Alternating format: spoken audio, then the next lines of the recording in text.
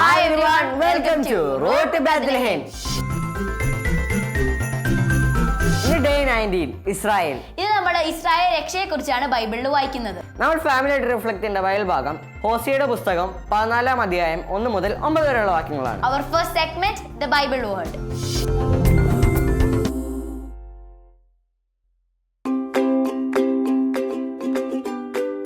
ഇന്ന് നമ്മൾ റിഫ്ലക്ട് ചെയ്യാൻ പോകുന്ന വചനഭാഗം ഹോസിയായുടെ പുസ്തകം 14-ാം അധ്യായം 1 മുതൽ 9 വരെയുള്ള തിരുവചനങ്ങളാണ്. ഹോസിയായുടെ പുസ്തകം 14-ാമത്തെ അധ്യായത്തിന്റെ ടൈറ്റിൽ ഇങ്ങനെയാണ്: അനുതാപവും നവജീവനും.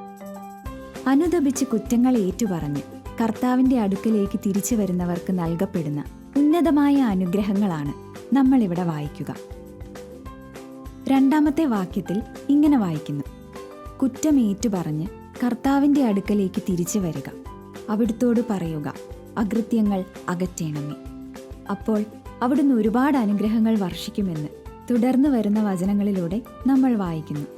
5ഉം 6ഉം തിരുവചനങ്ങളിൽ മനോഹരമായ അനുഗ്രഹങ്ങളെക്കുറിച്ച് എഴുതിയിരിക്കുന്നത് ഇങ്ങനെയാണ്: ഇസ്രായേലിന് ഞാൻ തുഷാരബിന്ദു പോലെയായിരിക്കും, ലില്ലി പോലെ അവൻ പുഷ്പിക്കും, ഇലവ് പോലെ അവൻ വേരുറപ്പിക്കും, അവന്റെ ശാഖകൾ പടർന്നു പന്തലിക്കും, അവന് ഒലിവിന്റെ മനോഹാരിതയും ലബനോന്റെ പരിമളവും ഉണ്ടായിരിക്കും. ഈ വചനഭാഗം വായിക്കുമ്പോൾ നമ്മൾ ചിന്തിച്ചതിലും പറഞ്ഞതിലും ചെയ്തതിലുമൊക്കെ വന്നുപോയ എല്ലാ തെറ്റുകളും കണ്ടുപിടിക്കാനും കർത്താവിനോട് ഏറ്റുപറയാനുമുള്ള കൃപയ്ക്കായി നമുക്ക് പരിശുദ്ധാത്മാവിനോട് പ്രാർത്ഥിക്കാം. അങ്ങനെ ഈ ക്രിസ്മസ് കാലത്ത് ഒത്തിരി കൃപകൾ നേടുകയും ചെയ്യാം. സോ ഡോണ്ട് ഫർഗെറ്റ് ഹോസിയായുടെ പുസ്തകം 14-ാം അധ്യായം 1 മുതൽ 9 വരെയുള്ള വാക്യങ്ങൾ വായിക്കാം.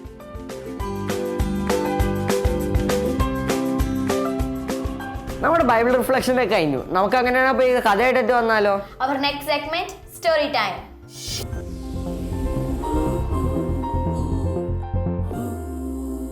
ഹായ് കൂട്ടുകാരെ, സ്റ്റോറി ടൈമിലേക്ക് എല്ലാവർക്കും സ്വാഗതം. നമ്മൾ ക്രിസ്മസിലേക്ക് അടുത്തുകൊണ്ടിരിക്കുകയാണ് അല്ലേ? ഇന്ന് നമ്മൾ ഫ്രാൻസിസ്കോയുടെ ലൈഫിലുണ്ടായ ഒരു കുഞ്ഞു സംഭവമാണ് പറയുന്നത്. ഫ്രാൻസിസ്കോയ്ക്ക് ഒത്തിരി ഇഷ്ടമുണ്ടായിരുന്ന ഒരു ബോക്സ് ഉണ്ട്. ബോക്സിൽ അവൻ്റെ കുഞ്ഞു കുഞ്ഞു ടോയ്സൊക്കെ ഇട്ട് വെക്കുന്ന ഒരു ഭംഗിയുള്ളൊരു കുഞ്ഞു ബോക്സ് ഒരു ബർത്ത്ഡേക്ക് അവൻ്റെ അങ്കിൾ കൊണ്ട് കൊടുത്താണ്. അപ്പോൾ ഇതുകൊണ്ട് ഇവനിത് എല്ലാവരുടെ അടുത്തും ആർക്കും കൊടുക്കാനൊന്നും വലിയ ഇഷ്ടമൊന്നും ഉണ്ടാവില്ല. അങ്ങനെ ഇരിക്കുമ്പോഴാണ് അവൻ്റെ കസിൻസ് എല്ലാവരും വന്നു.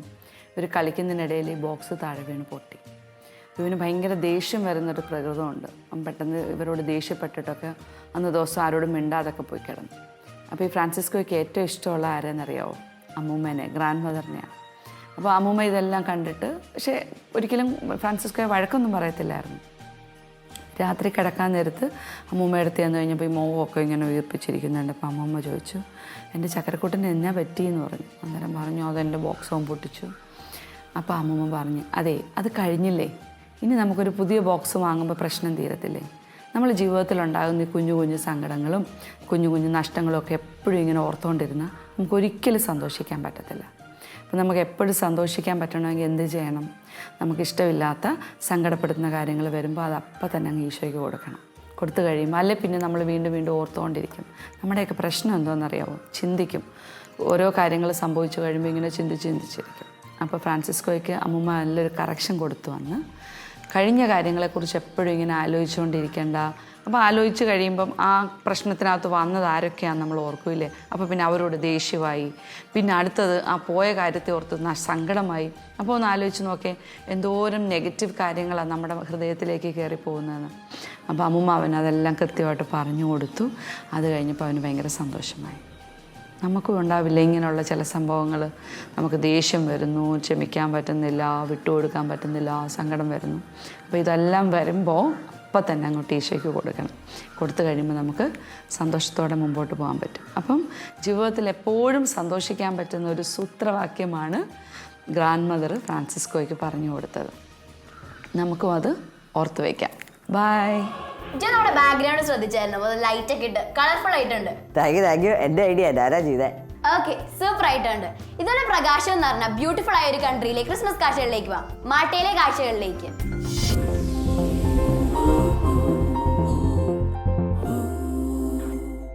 മാൾട്ടയിലെ ക്രിസ്മസ് കാഴ്ചകളാണ് നമ്മൾ കാണുന്നത്.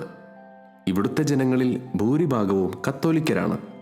ക്രിസ്മസ് ദിനത്തിലെ പാതിരാ കുർബാനയുടെ സമയത്ത് മാൾട്ടയിലെ പള്ളികളെല്ലാം വിശ്വാസികളെ കൊണ്ട് നിറയും. ഏറെ പ്രാധാന്യത്തോടെയാണ് ക്രിസ്മസ് രാത്രിയിലെ കുർബാനയെ ഇവർ സ്വീകരിക്കുന്നത്. മാൾട്ടയിലെ ക്രിസ്മസ് കാഴ്ചകളിൽ പ്രധാനപ്പെട്ടത് രാജ്യമൊട്ടുക്കും ഈ സമയങ്ങളിൽ ഒരുക്കുന്ന തിരുപ്പിറവി രംഗങ്ങളുടെ വ്യത്യസ്ത ആവിഷ്കാരങ്ങളാണ്. ചിലയിടങ്ങളിൽ ആളുകൾ തന്നെ ജോസഫും മേരിയും ആട്ടിടയന്മാരുമായി വേഷമിടും. മാൾട്ടയിലെ ഫ്രണ്ട്സ് ഓഫ് ക്രിബ് എന്ന പേരിൽ ഒരു സംഘമുണ്ട്. അവരാണ് പാരമ്പര്യമായി ക്രിബുകൾ ഒരുക്കുന്നതിന് സജീവമായി പരിശ്രമിക്കുന്നത്. മാൾട്ടയുടെ ഒട്ടുമിക്ക പ്രദേശങ്ങളിലും ഇവർ ഒരുക്കുന്ന വലിയ ക്രിബുകൾ കാണാനായി അനേകം ആളുകൾ ഇവിടെ കടന്നു വരാറുണ്ട്.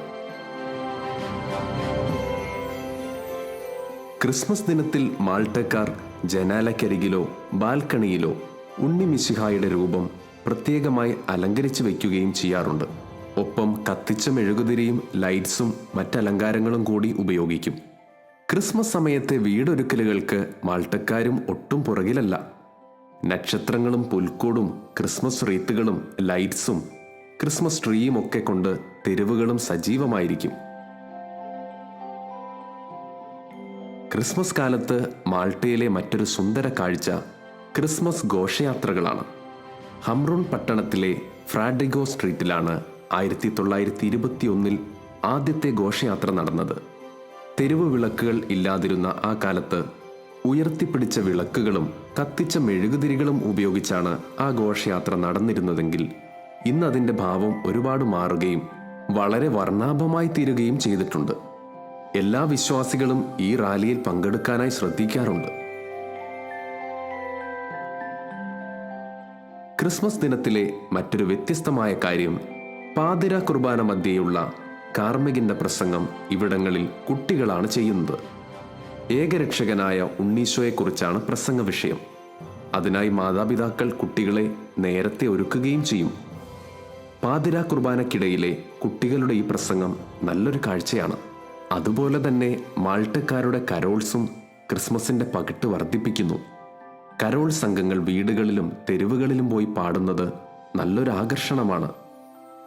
സാന്റാക്ലോസ് മാൾട്ടയിലെ കുട്ടികൾക്ക് പ്രധാനപ്പെട്ട ഒരാളാണ്. മാൾട്ടയിലെ സിഗ്നി എന്ന ഗ്രാമം തന്നെ സെയിന്റ് നിക്കോളാസിന് സമർപ്പിക്കപ്പെട്ടിട്ടുണ്ട്. ക്രിസ്മസ് രാത്രിയിൽ സാന്റ വരും, സമ്മാനങ്ങൾ തരും എന്നും പറഞ്ഞ് കുട്ടികൾ കാത്തിരിക്കുകയും ചെയ്യാറുണ്ട് ഇവിടെ. ക്രിസ്മസിനോടനുബന്ധിച്ച് സ്കൂളുകളിൽ മത്സരങ്ങൾ സംഘടിപ്പിക്കാറുണ്ട്. എല്ലാ കുട്ടികളും സജീവമായി അതിൽ പങ്കെടുക്കുകയും ചെയ്യും. അതുപോലെ ഈ ക്രിസ്മസ് സീസണിൽ ധാരാളം ചാരിറ്റി പ്രവർത്തനങ്ങളിൽ ഏർപ്പെടുകയും അതിനായി സംഭാവനകൾ നൽകുകയും ചെയ്യുന്നവരാണ് മാൾട്ടക്കാർ. കൂടുതൽ പേരും വീടുകളിൽ തന്നെയാണ് ക്രിസ്മസ് സെലിബ്രേറ്റ് ചെയ്യുന്നത്. ഒരുപാട് വ്യത്യസ്ത വിഭവങ്ങൾ ക്രിസ്മസിന് ഒരുക്കുമെങ്കിലും ഹസി എന്ന വിഭവം എല്ലാ വീടുകളിലും തന്നെ ക്രിസ്മസ് ദിനത്തിൽ ഉണ്ടാകും. അവർ ഒരുമിച്ച് പങ്കുവെച്ച് കഴിക്കും. ആഘോഷങ്ങളുടെ തലത്തിൽ നോക്കിയാലും ആത്മീയമായി നോക്കിയാലും മാൾട്ടയിൽ ക്രിസ്മസിന് വളരെ പ്രാധാന്യമുണ്ട്. എല്ലാവരും കളർഫുൾ മൂഡിലാണ്. മൂഡ് കാണേണ്ട, നമുക്ക് നേരെ പോയി ഒരു പാട്ട് കേട്ടിട്ട് വരാം. Our next segment, Carol singing.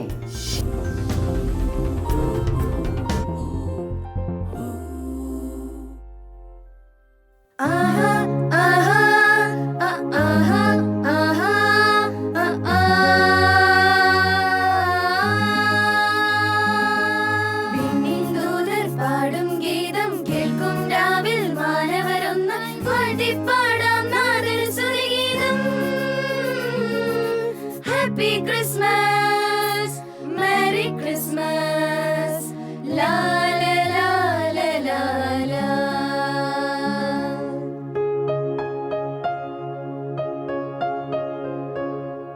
കണ്ണു ദൂരെ അങ്ങു വിണ്ണിൽ മിന്നും ഒരു താരം വന്നു വാനിൽ. കേട്ടു കാതിൽ വിണ്ണിൽ നിന്നും വാനദൂതർ പാടും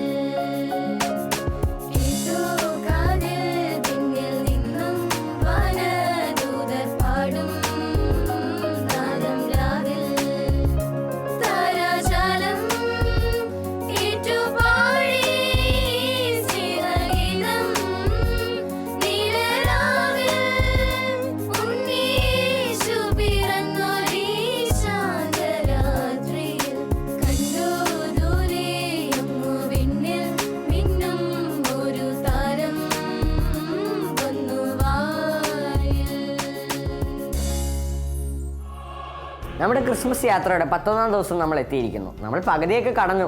എല്ലാവരും നിങ്ങളുടെ ചാർട്ട് പേപ്പറായിട്ട് റെഡിയല്ലേ? നിങ്ങൾക്ക് ഓർമ്മയുണ്ടോ ഏത് സ്ഥലം നമ്മൾ ഇന്ന് മാർക്ക് ചെയ്യുന്നതെന്ന്?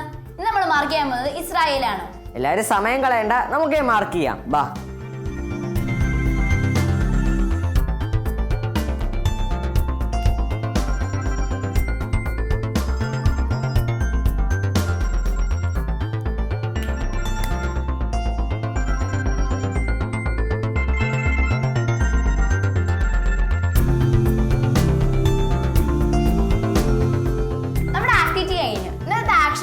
ഗ്രാൻഡ് പാരന്റ്സിനോട് സംസാരിക്കണം. അകലെയാണെങ്കിൽ ഫോൺ വിളിക്കണം. നിങ്ങളെല്ലാവരും ടൈം സ്പെൻഡ് ചെയ്യില്ലേ? അവരുടെ കൂടെ അടിച്ചു പൊളിക്ക്. അവർക്കത് വലിയ സന്തോഷമായിരിക്കും.